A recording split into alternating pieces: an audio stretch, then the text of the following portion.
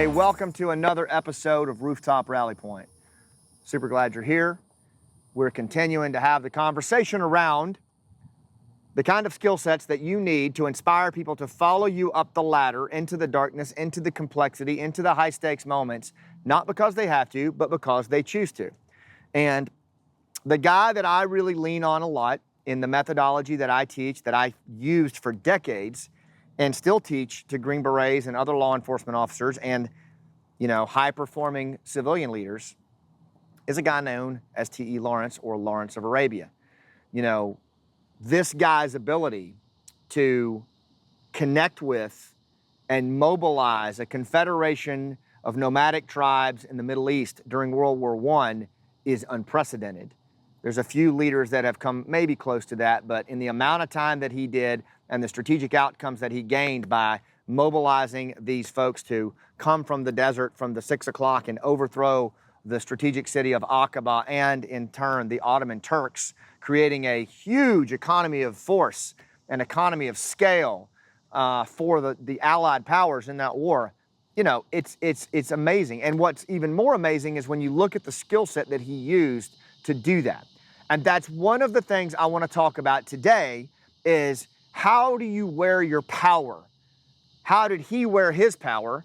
Well, he wore it lightly. Stuart Diamond, one of my mentors in negotiation, says leaders should wear their power lightly. Teddy Roosevelt said, speak softly and carry a big stick.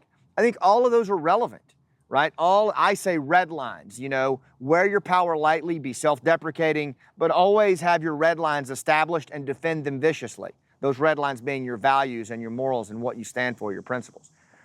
And all of those, kind of add up to how do we wear our power as leaders today? And I think this is a real challenge because, T.E. Lawrence wore his power lightly, yet he was able to mobilize thousands and thousands of Badu to overthrow the Ottoman Turks. In his article, the 27 articles that he wrote about that, he talks a lot about how to wear your power lightly as a leader when you're mobilizing other people to take action. You don't have to put your hands on your hips and hit them in the chest cavity every time. In fact, that's going to be less effective. In this day and age, a coercive leader essentially is an irrelevant leader. If coercion is your default, if the hammer is the only tool in your kit bag, you're going to find yourself creating all kinds of social insurgents around you. And eventually, someone is going to roll the proverbial grenade in the room with you. Someone is going to take you out, either a death of 1,000 cuts or physically. And of course, I'm talking about metaphors here, right? I'm talking about metaphors, but you get the idea. If you land on somebody at every turn, or you're so prescriptive that you just jam your people up, at best, they're just going to be apathetic towards your goals and transactional in their approach to it. And at worst, they're going to actively participate in tubing them. And it's just a function of the times that we live in where there is a high level of distrust and disengagement and distraction. And we know from Coyle's book, Culture Code, that in order to create a high-performing culture, people need to have a sense of psychological safety. They need to feel like they're connected to each other because we are social creatures, the most social creatures on the planet. And there needs to be a shared vision that we're all moving forward together, right? And to have those things in a trust-depleted, high-stakes, high-risk environment through a coercive approach is fool's errand. It's a fool's errand. So my advice to you is to wear your power lightly. In a previous episode, I talked about one of my group commanders, Colonel Ed Phillips, who knew the name of every soldier in his unit, and he was so benevolent in how he led. It didn't mean he wasn't in command. It didn't mean that he didn't ask people to do things that put their lives at risk, and they did it willingly and with immense effectiveness.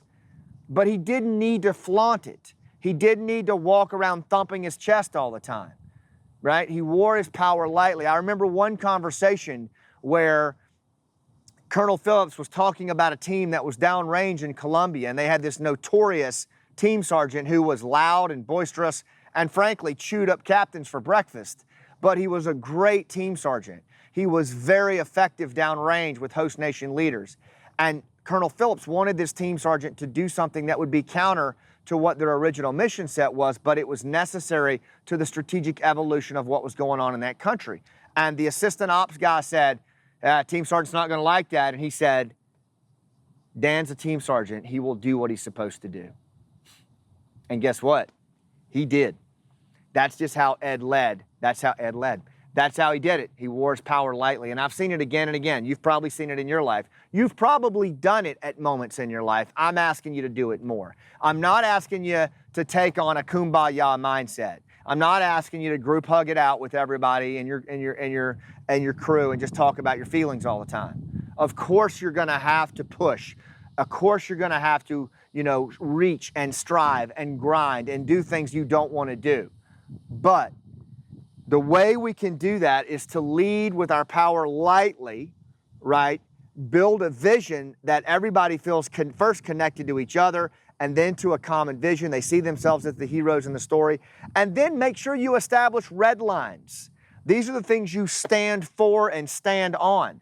These are the elements of culture that everybody agrees on and has bought into, of morals and values and how we play and show up for each other. In my team, I do not tolerate anybody undercutting another team member. That's part of our culture. And I will land on someone in a heartbeat for that. I won't yell and scream about it, but I will do what is necessary to preserve the culture, protect what's going on, and to ensure that we're showing up and fighting for each other. That's a red line for me, you understand? And that's a way that you can still enforce things and be coercive when necessary, but surgical and thoughtful, and along things that you've already communicated ahead of time. Most of the time, we can wear our power lightly. We can delegate and empower other people to step up and lead. And we can employ these Lawrenceian skills that we're doing right now that promote human connection, psychological safety, and enjoy the ride. All right?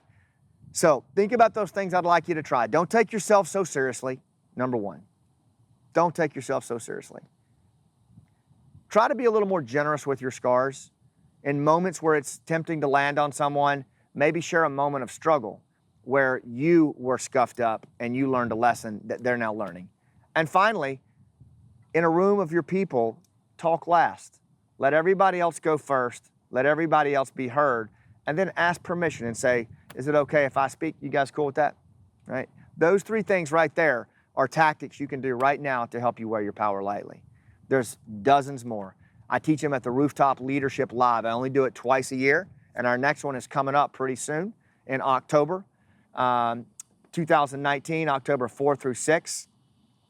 It's going to be at Cedar Kirk right here in Tampa, Florida. If you go to Rooftop Leadership /events, you can get all the information you need on it. We'd love for you to be a part of this small group that goes deep on these Lawrenceian skills, makes better connections, better sales, better visions for your people. Don't miss it. Can't wait to see you there. Thanks for what you do, and I'll see you on the rooftop.